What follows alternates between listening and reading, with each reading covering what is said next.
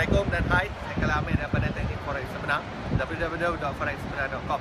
Saya kini berada di Surfers Paradise, Gold Coast, Australia. Saya ingin ceritakan satu kelebihan forex yang mungkin ramai yang tidak tahu atau tak perasan, iaitu dari segi kadar tukaran atau wang asing.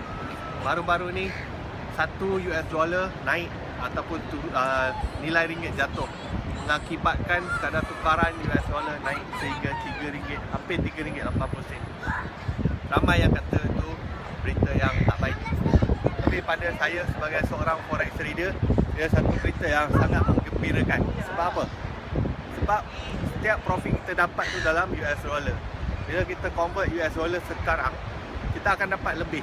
Macam contoh dulu, okeylah tahun lepas saya withdraw $1, dapat profit $1 sama dengan RM3.30. Sekarang bila withdraw dapat RM3.60, tanpa buat apa-apa.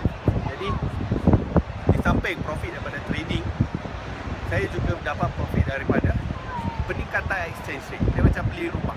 Selain dapat duit sewa, bila harga hartanah tu meningkat, kita dapat untung yang berkali-kali ganda selain daripada cash flow hartanah. Sama juga dalam forex trading. Jadi macam contoh saya dekat Australia, semua benda dalam Australian dollar.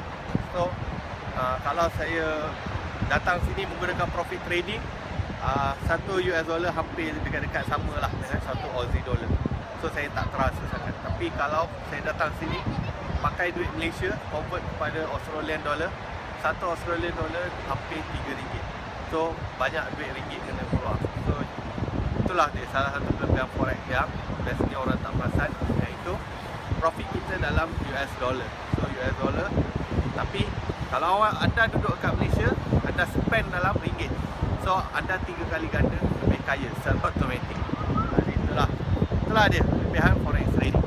Kalau anda nak jadi seorang forex trader yang profitable, yang konsisten trade, boleh profit setiap bulan, setiap hari, setiap minggu, anda perlu ada ilmu. Mana nak cari ilmu? Saya hanya boleh shortkan satu saja sebab ianya lengkap, iaitu Teknik Forex Sebenar. Kalau anda mahukan info lanjut, boleh layari www.forexsebenar.com. Okay, saya tak tahu lagi bila saya akan balik sebab seronok duduk dekat Gold Coast ni. Okay, jumpa lagi dalam video yang akan datang.